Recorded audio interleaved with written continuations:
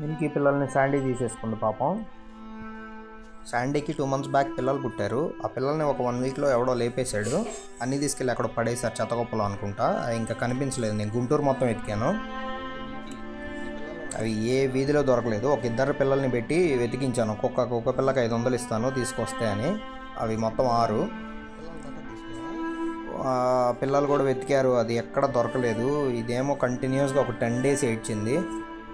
తర్వాత దానికి పాలు ఎక్కువైపోయి చాలా ప్రాబ్లం అయితే మనం అది డాక్టర్ని అడిగి ఇంజెక్షన్స్ చేయించి దాన్ని క్యూర్ చేసాం. సడన్గా ఇప్పుడు మిల్కీ పిల్లలు దొరికేసరికి ఇది మిల్కీ పిల్లల్ని తీసేసుకుంది. పాపం ఈ పిల్లలు మిల్కీ దగ్గరికి వెళ్ళట్లేదు. మిల్కీ ఏమో ఇది వదిలితే నేను తీసుకుందామని చూస్తుంది, పక్కనే కాపలా కూర్చుంది. వీళ్ళేమో ఇక్కడే పడుకున్నారు. శాండీ ఏమో వదిలిపెట్టట్లేదు వాళ్ళని. తినడానికి కూడా బయటికి వెళ్ళట్లేదు. వాటి కాలు మీద కాలేసి వాటి మీద కాలు వేసుకొని అక్కడే పడుకొని నిద్రపోతుంది. ఎక్కడ వదిలితే ఈ పిల్లలు పోతాయో అని చెప్పి. తిండి కూడా దానికి అక్కడే పెట్టాము, అక్కడే తింటుంది, వాటితోనే పడుకొని నిద్రపోతుంది. ఇవి కూడా దాని దగ్గరే ఉంటున్నాయి. నేను బయటికి వెళ్తూ చూశాను. ఇది జరిగింది ఈవినింగ్ అరౌండ్ 7-7:30 ఆ టైంలో. అక్కడే పడుకొని నిద్రపోతూ ఉన్నాయి ఇవన్నీ. పిల్లలు పాపం వాళ్ళ మమ్మీని పూర్తిగా మర్చిపోయారు. ఈవిడే మా మమ్మీ, బాగా చూసుకుంటుంది మమ్మల్ని, కాళ్ళు చేతులు కూడా వేస్తుంది అనుకుంటున్నారు. ఇది నైట్ నేను మళ్ళీ ఇంటికి తిరిగి వచ్చిన తర్వాత, అంటే Jan 1st టైం చూడండి, 12:14 AM, అంటే నైట్ 12:30 అరౌండ్. అప్పటికి కూడా వదలలేదు, అదే ప్లేస్లో పడుకునే ఉంది. అదే కాలు మాత్రం మెయింటైన్ చేస్తుంది. కాలు తీస్తే వెళ్ళిపోతాయని భయపడుతున్నట్టుంది. ఇది Jan 2nd డే టైము. ఆ పిల్లలు ఎక్కడ ఉంటే శాండీ అక్కడే ఉంటుంది, ఇంకా బయటికి కూడా వెళ్ళట్లేదు. పాపం మిల్కీ ఏమో దీనంగా అక్కడే తిరుగుతుంది. ఇది ఇంటికి వచ్చి నన్ను పిలుస్తూ ఉంది. సరేనప్పుడే నేను బయట నుంచి వచ్చాను. ఈ శాండీని అడిగాను, ఏంటి పిల్లల్ని ఇవ్వవా అనండి. వాళ్ళు కూడా చూడండి ఎట్లా పడుకున్నారో హ్యాపీగా. పాప ఇన్ని రోజులు పిల్లలు లేవు అని ఏడ్చింది కదా, నేను కూడా ఏం చెప్పలేకపోతున్నాను దానికి. సడన్గా ఈ పిల్లలను దొరికింది. అలా అని మిల్కీ ఏమో ఏడుస్తుంది, అది అక్కడే నుంచొని చూస్తుంది. దీనికి ఏం చెప్పాలో అర్థం కావట్లేదు. వాళ్ళ పిల్లలు పోసిన టాయిలెట్ని వాసన చూసుకొని బాధపడుతూ ఉంది. నేను అడిగాను, ఏంటమ్మా ఏంటి ఇట్రా అని అంటే రావట్లేదు. మరి నా మీద ఏమన్నా అలిగిందేమో తెలియదు, పిల్లలు నేను ఇచ్చాను అనుకుంటుందేమో. శాండీ ఏమో పిల్లలు పోయినప్పటి నుండి ఎక్కడ కుక్క పిల్లలు కనిపిస్తే అక్కడికి వెళ్ళి అవి నావే అనుకొని వాటికి పాలిస్తూ ఉండిద్ది, వాటిని బాగా చూసుకునిద్ది. వీళ్ళేమో హ్యాపీగా ఇక్కడ పడుకున్నాడు. వీడు బుస్కీ గాడు నన్నే చూస్తున్నాడు, వీడు లడ్డు గాడు. ఈవిడేమో హ్యాపీగా దిండే సెట్ చేసుకుంది.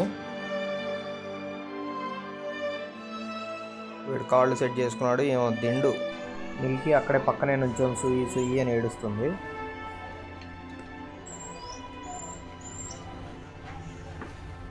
ఏనా పిల్లలు వెళ్ళిపోయారా?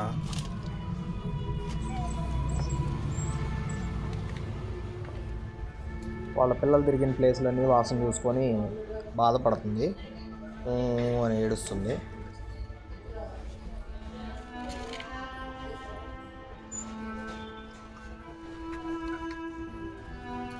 చిన్నగా వాళ్ళ ఇంటికి వెళ్తుంది. వాళ్ళ పిల్లలు ఎక్కడైతే పడుకున్నారో ఆ ప్లేస్కి వెళ్ళింది.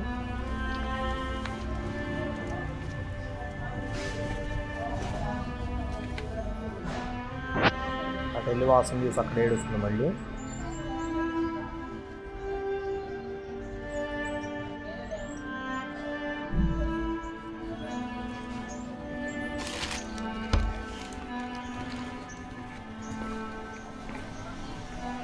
రే మీ మమ్మీ ఎత్తుక్కుంటుందిరా పాపం. రే శాండీగా, ఇది అన్యాయం రా పాపం. అమ్మ వాళ్ళ మమ్మీ ఏడుస్తుంది. రే శాండీ బ్రో, ఇక్కడ ర్యాబిట్ పేరు ర్యాబిట్. రే పిచ్చిన ఎలా? రే వాడు ఏడుస్తున్నాడు రా.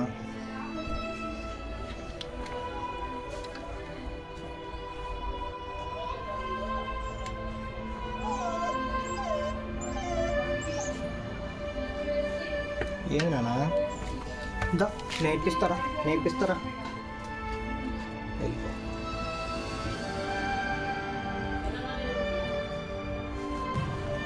ఏనా పిల్లలు వెళ్ళిపోయారా? వదిలేశారా నిన్ను? తెచ్చిస్తాలే. వెళ్ళకి తెచ్చేవనా? నాతో మాట్లాడటం ఆపేసినట్టుంది. నా వైపు కూడా చూడట్లేదు ఎందుకో. తెచ్చిస్తావు.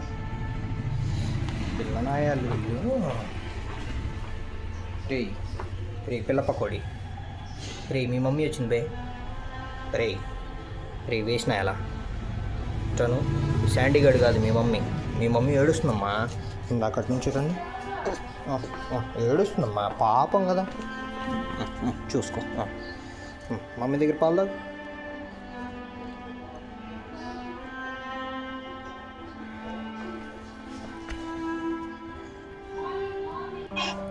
అట్లా కాదులే అని చెప్పి ఒక పిల్లని శాండీ దగ్గర ఉంచి ఒక పిల్లని తీసుకొచ్చి దీనికి ఇచ్చాను. కొంచెం అయితే సప్రెస్ అయింది, నార్మల్గానే ఉంది.